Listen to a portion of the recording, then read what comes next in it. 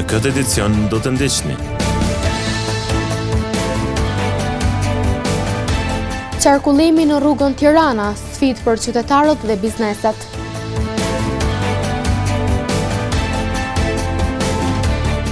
Shkolla Gjergj Fishta në mungesë të kushteve elementare.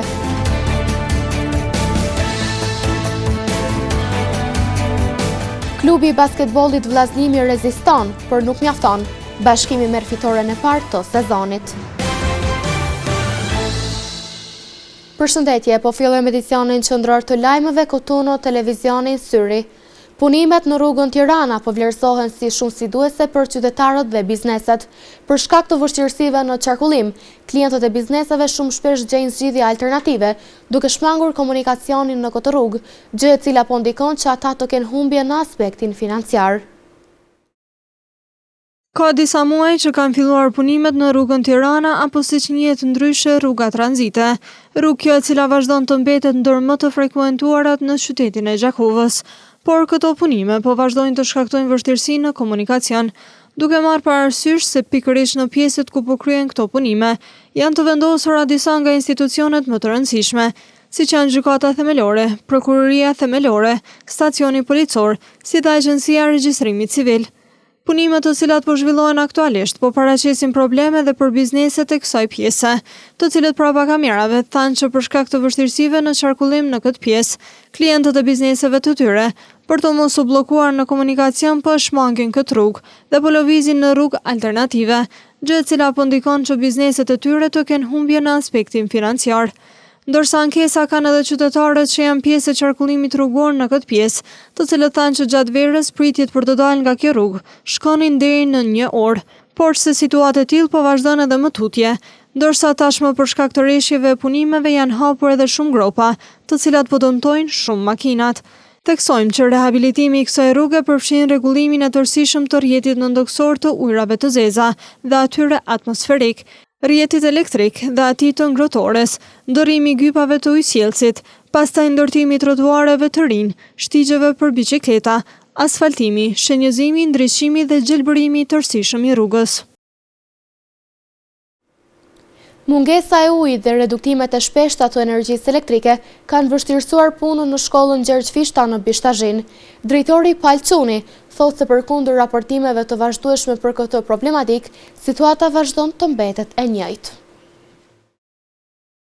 Prej më shumë se 1 muaj në shkollën Gjergj Fishta në Bishtazhin, procesi mësimor po zhvillohet në kushte të vështira për shkak të mungesës së ujit dhe ndërprerjeve të vazhdueshme të energjisë elektrike. Sipas drejtorit të shkollës, Palçuni, edhe pse furnizimi me ujë nuk është ndërprer plotësisht gjatë gjithë kohës, shtypja është shumë e ulët dhe kjo po vështirëson dukshëm kryerjen e punëve të domosdoshme të higjienës, si dhe sigurimin e ujit të pijshëm për nxënësit. Ujtë të ndikon afërsisht mbi 1 muaj ka që është ndalë, nuk është ndalë komplet, po është ndalë shtypja dhe ka një shtypje tepër të vogël. Me këta problem kemi për me i kry punë që duhet të pastenimit të higjienës, po është edhe të ujtë me pi është fjallat të nxënësve, për shkak që nëse një kru hapet, domethënë për shkak shtypjes vogël tjetër nuk funksionon. Edhe tash në këtë kohë e dim që për rreth kanë tjerat, nuk është problemi i përgjithshëm kjo. Është vetëm problem tek shkolla. Ai thotë se problemi është raportuar disa herë, por deri tani nuk është marrë asnjë masë konkrete për zgjidhjen e tij. Ne dim që ujtë është gjëja elementare për njeriu, edhe këtë problem e kemi tash që 1 muaj, edhe përkundër lajmërimit në hidrosistem këto njoftimit me kohë rreth këtij problemi, deri tani nuk ka asnjë gjë konkrete rreth domethënë riparimit kësaj çështje. Përveç mungesës së ujit, shkolla po përballet edhe me reduktime të shpeshta të energjisë elektrike. Problemi kemi të vazhdueshme edhe me rrymë, edhe gjëja që këto ka diçka rregullime, riparim të rrjetit apo domethënë sanim të rrjetit, mirë po janë shqetësuese mjaft. Sidomos kur filloi mësinë e dimrit, domethënë ndalet rryma nga ora 9 deri në 5 mbrëmje, domethënë është bukur shqetësuese, sepse këto kemi të bëjmë edhe me nxemje, edhe pak veç ka fillu të ftofët koha, edhe dihet që është që pa rrim s'kem si ja bëjmë edhe me nxemje, është problemi kryesor tek nxënësit. Drejtoria e shkollës kërkon reagim të menjëhershëm nga institucionet përgjegjëse, në mënyrë që problemet me ujin dhe energjinë elektrike të zgjidhen sa më shpejt dhe procesi mësimor të vazhdojë në kushte normale për nxënësit. Në qendrën e mamografisë në Gjakov gjatë javës së parë të tetorit, dukshëm është rritur numri i pacientëve që kërkojnë të bëjnë mamografinë. Nga kjo qendër bëjnë të ditur se çdo ditë pune me rekomandim të mjekut mund të bëhet mamografia. Qendra e mamografisë në Gjakov po vazhdon punën e saj në shërbim të komunitetit pa ndërprerë, duke u bërë një adresë rëndësishme për shëndetin e grave, veçanërisht gjatë muajit tetor, i cili njihet si muaji që i dedikohet luftës kundër kancerit të gjirit. Në këtë periudhë, në qendrën e mamografisë është vërejtur një rritje e ndjeshme e numrit të pacientëve që kryen kontrolle parandaluese dhe shërbimet e leximit të mamografisë në mënyrë që të jenë në dijeni në lidhje me shëndetin e tyre. Kjo qendër mamografike ofron shërbime çdo ditë pune nga ora 8 deri në orën 14, duke u mundësuar pacientëve qasje të shpejtë e të lehtë në kontrollet e nevojshme, ndërsa leximi i mamografive bëhet nga radiologe doktoresha Aferdita Koshi në baza ditore. Shërbimi për kryerjen e mamografisë bëhet sipas rekomandimit të mjekut, ku vazhdimisht nga profesionistët theksohet rëndësia e zbulimit të hershëm të kësaj sëmundjeje.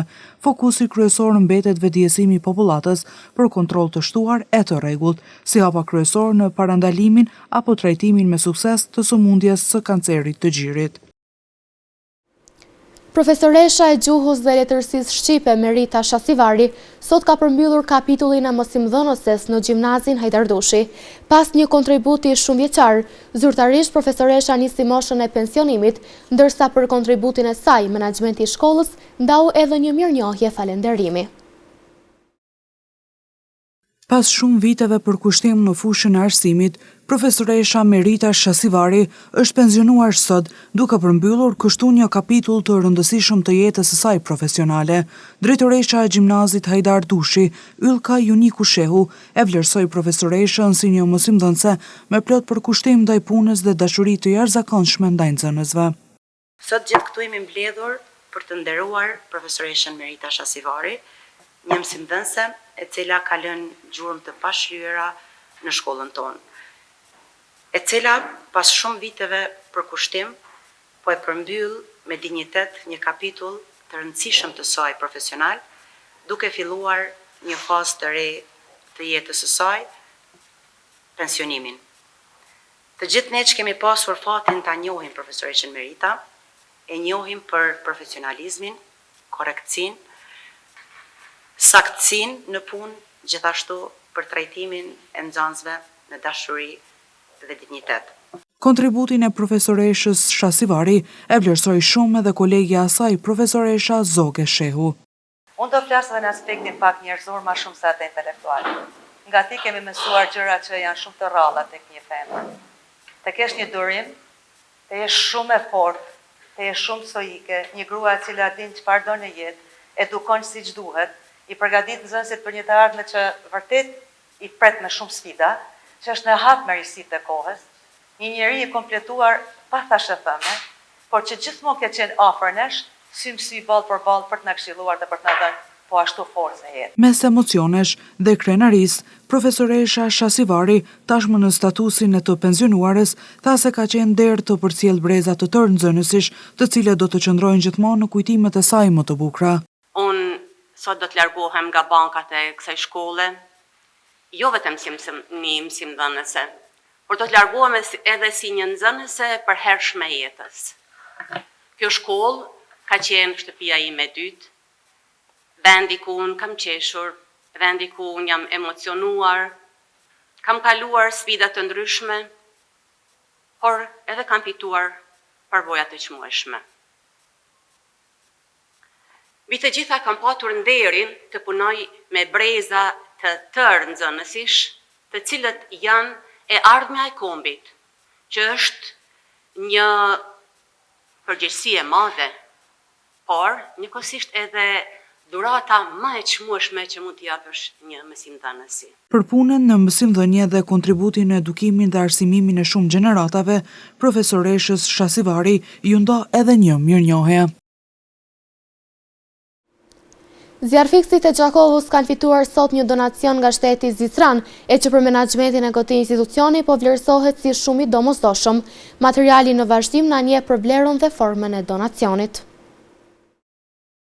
Brigada zjarfikësve në Gjakov sot ka pranuar një donacion nga një bashkëdhetar i cili jeton dhe vepron në Zvicër.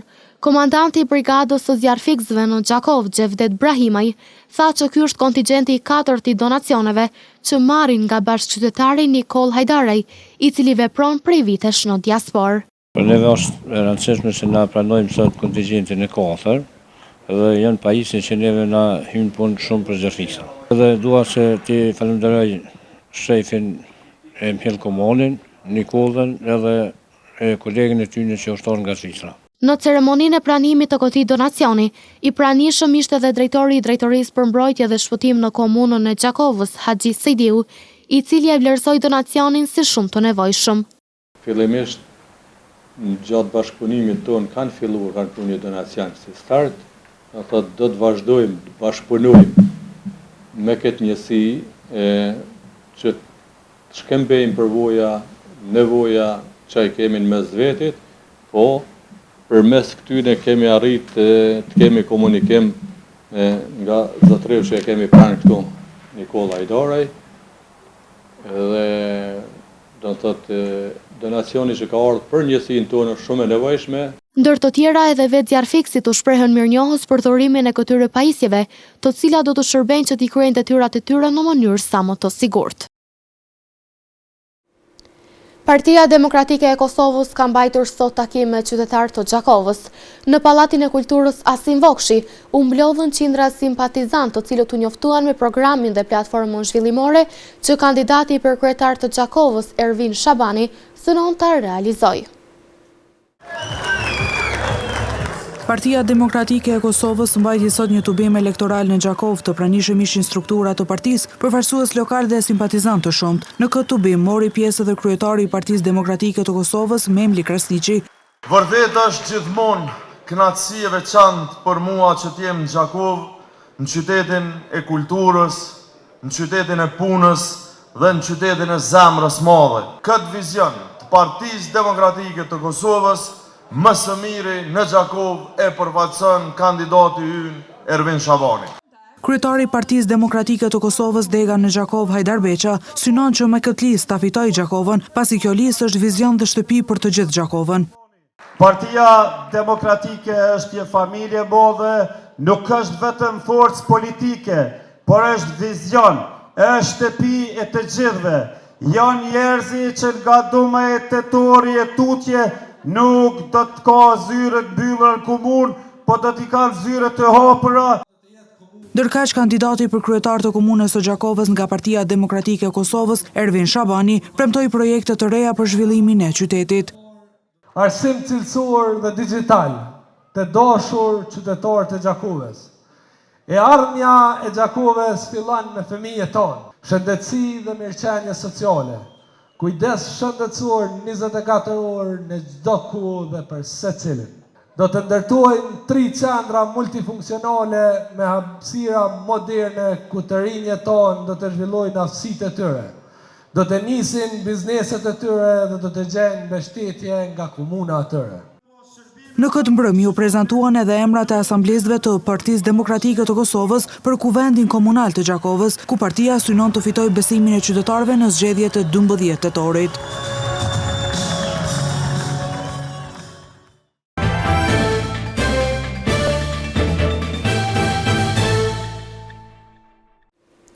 Në fundjavë është zhvilluar gjëraja e parë e Superligës së Kosovës në basketbol, ku vllaznimi është përballur me skuadrën e Bashkimit, ndërsa sa i përket gjiros së dytë të Superligës së basketbollit në vend, ajo pritet të zhvillohet me data 18 dhe 19 tetor.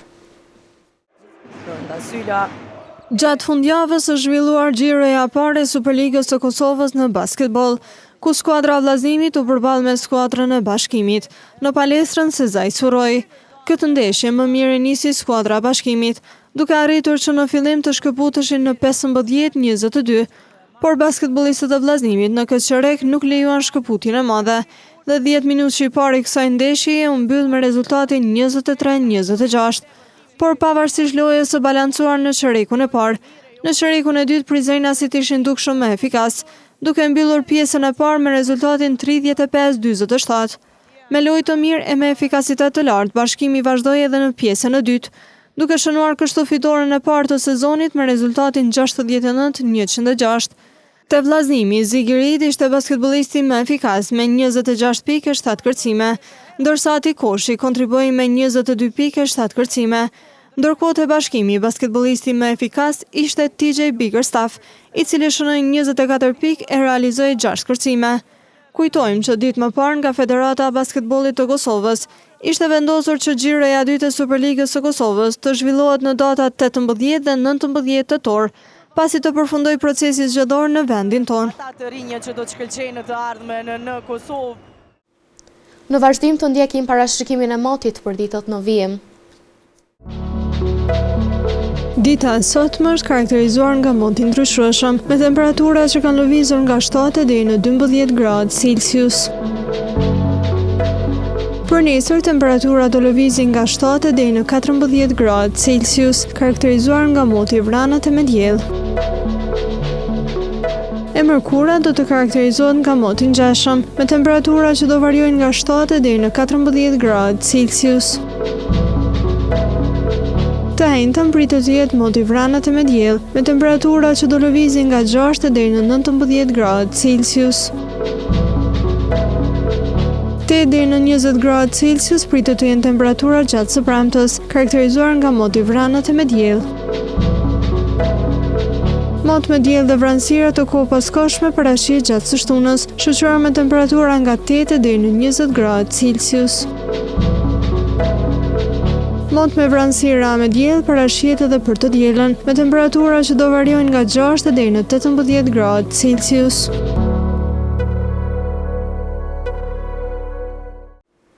Para se të ndahemi, të ndjekim edhe një herë titujt kryesor të këtij edicioni.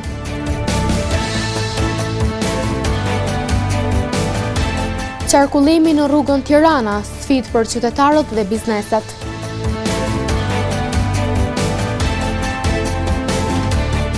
Shkolla Gjergj Fishta në mungesë të kushteve elementare.